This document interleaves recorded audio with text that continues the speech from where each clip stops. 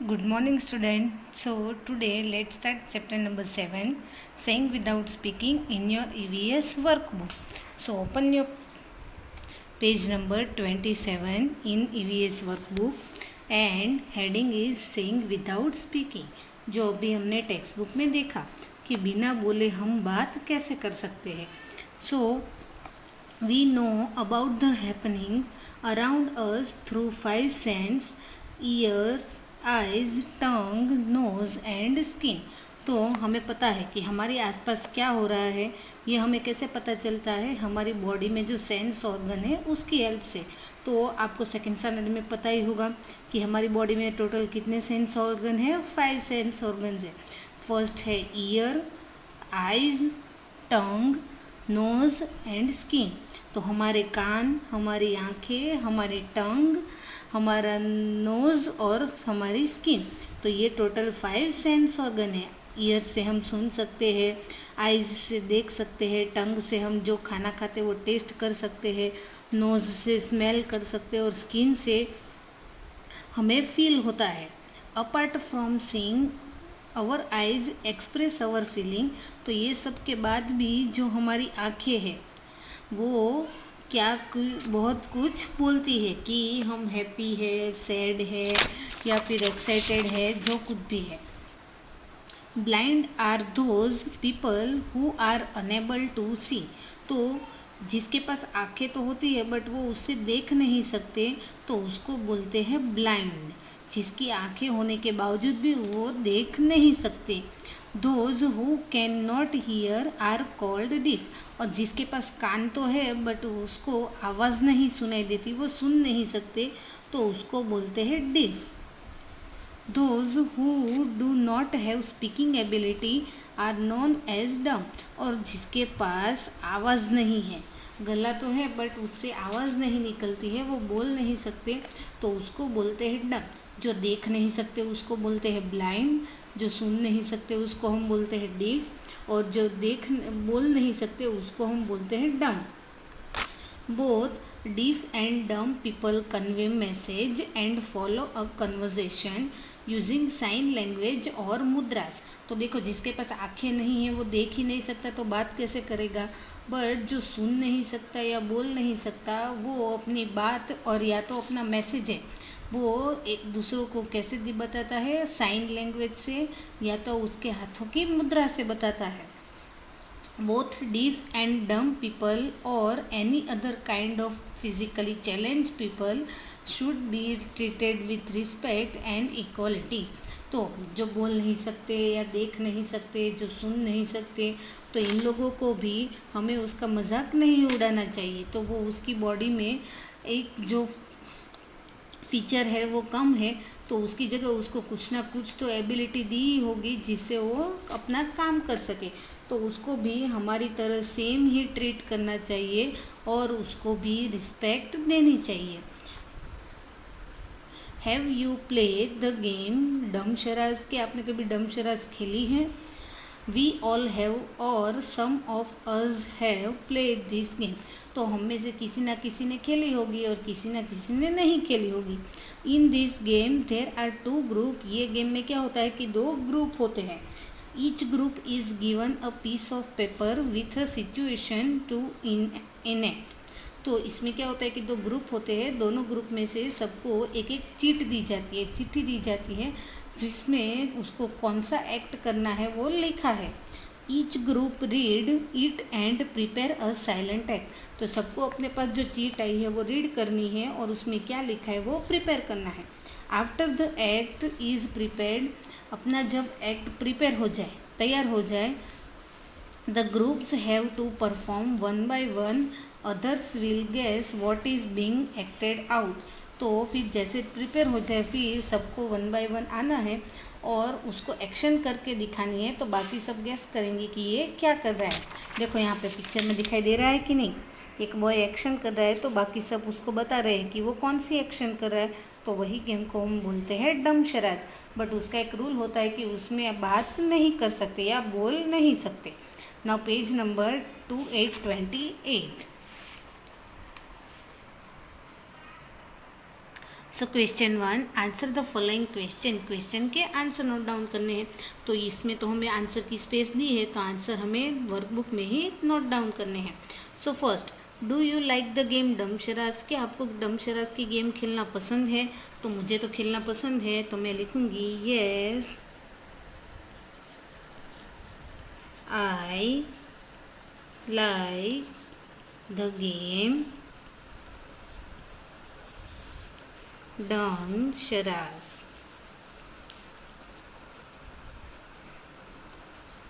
और नहीं पसंद है तो लिखेंगे no I don't like the game dumb charades. मुझे पसंद है तो मैंने लिखा है yes I like the game dumb charades. Second, how did you feel when you were asked to act without speaking?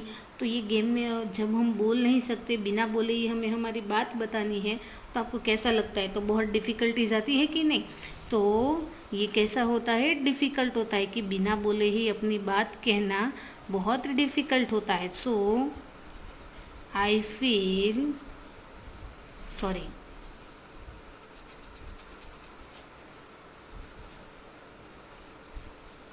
some difficulties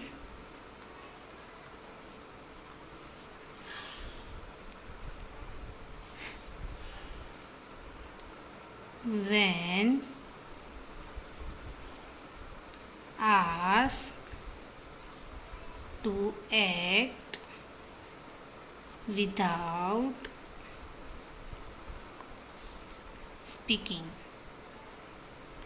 तो जब हमें बिना बोले कुछ कहना है, तब हमें बोलने में थोड़ी सी प्रॉब्लम होती है, थोड़ी परेशानी होती है। तो I feel some difficulties when asked to act without speaking. जब मुझे बिना बोले ही मेरी बात एक्शन में दिखाने के लिए बोलते हैं, तो मुझे परेशानी होती है। Third, have you ever seen anybody talking through actions around you? How did you feel? तो क्या आपने कभी आपके आजू बाजू में कोई ऐसा रहता है जो बोल नहीं सकता, जिसकी वजह से वो एक्शन के थ्रू बात करता है? तो जब वो ऐसा करता है तो आपको कैसा लगता है? तो सोचो, हम बोल के बात करते हैं और वो बिना बोले ही हमें एक्शन से दिखा रहा है, तो बुरा फील होता है कि नहीं? कि इसको भी आवाज़ दी होती तो अच्छा होता। तो देखा तो नहीं है, बट हम बोल सकते हैं कि हमारे जैसे उसको आवाज़ होती तो बेटर रहता। तो हम उसके लिए बुरा फील करते हैं कि नहीं? सैड फील करते हैं। तो देखा तो नहीं है, बट लिख सकते हैं I feel bad for them. मुझे उसके लिए दुख होता है या तो बुरा लगता है।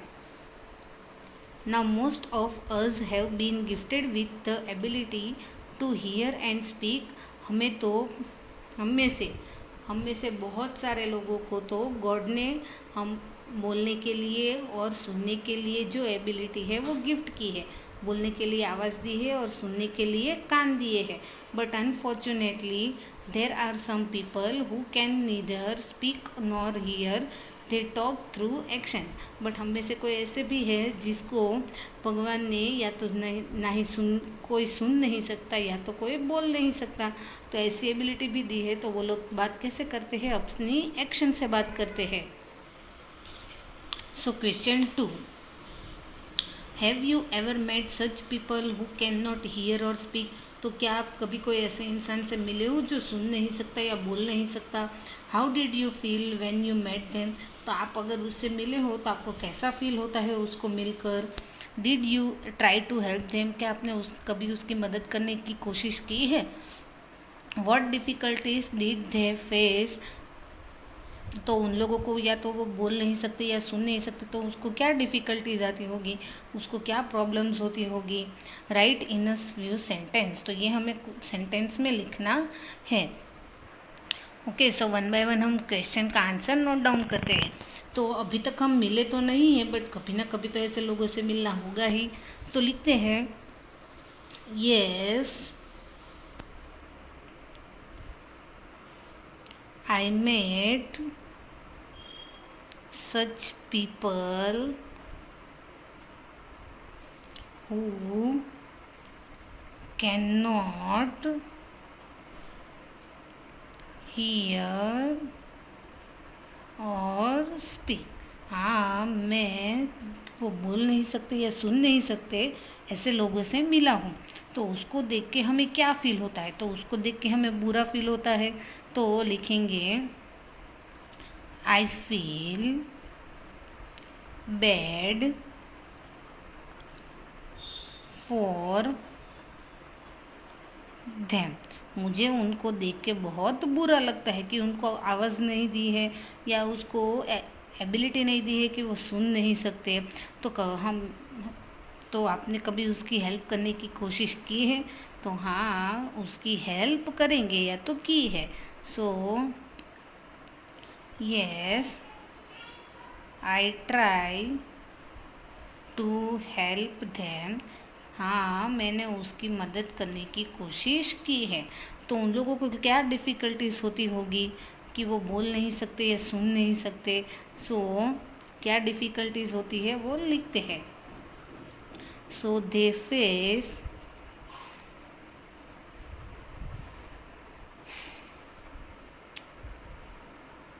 difficulties when someone don't understand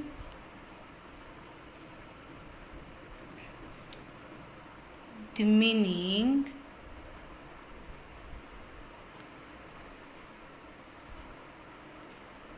of their action.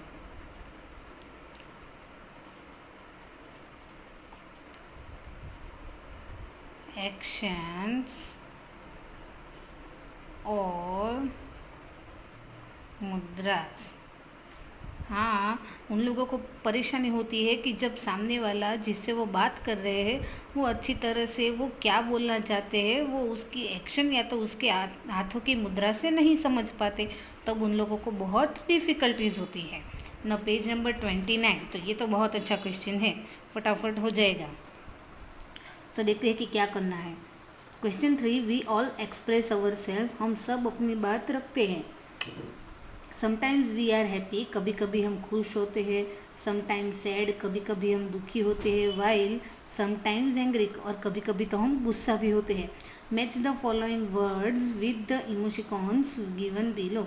तो हमें जो ये इमोशन दिए हैं उसको उसके मैच, जो इमोजी मैच हो रहा है, इमोशिकॉन मैच हो रहा है, उससे हमें मैच करना है।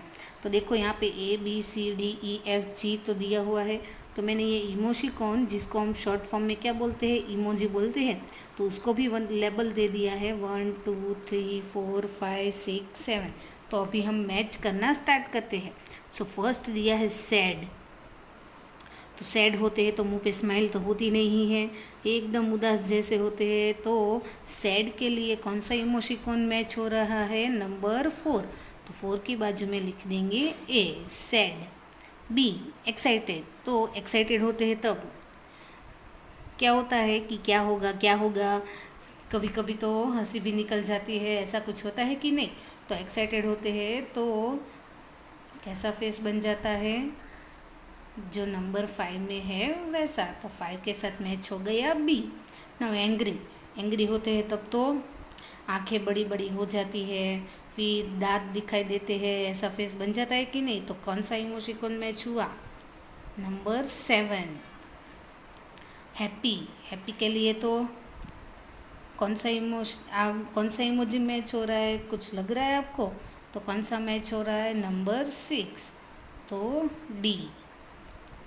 नाउ कंफ्यूज, कंफ्यूज होते हैं तब कितना भी सोचो कुछ समझ में ही नहीं आता है कि ये क्या बोलना चाहता है। तो ऐसा होता है तब क्या करते हैं कि हम सोच में डूब जाते हैं कि ये क्या बोल रहा है। तो ऐसा ही कुछ हो जाता है हमारा फेस। तो 3 के साथ E।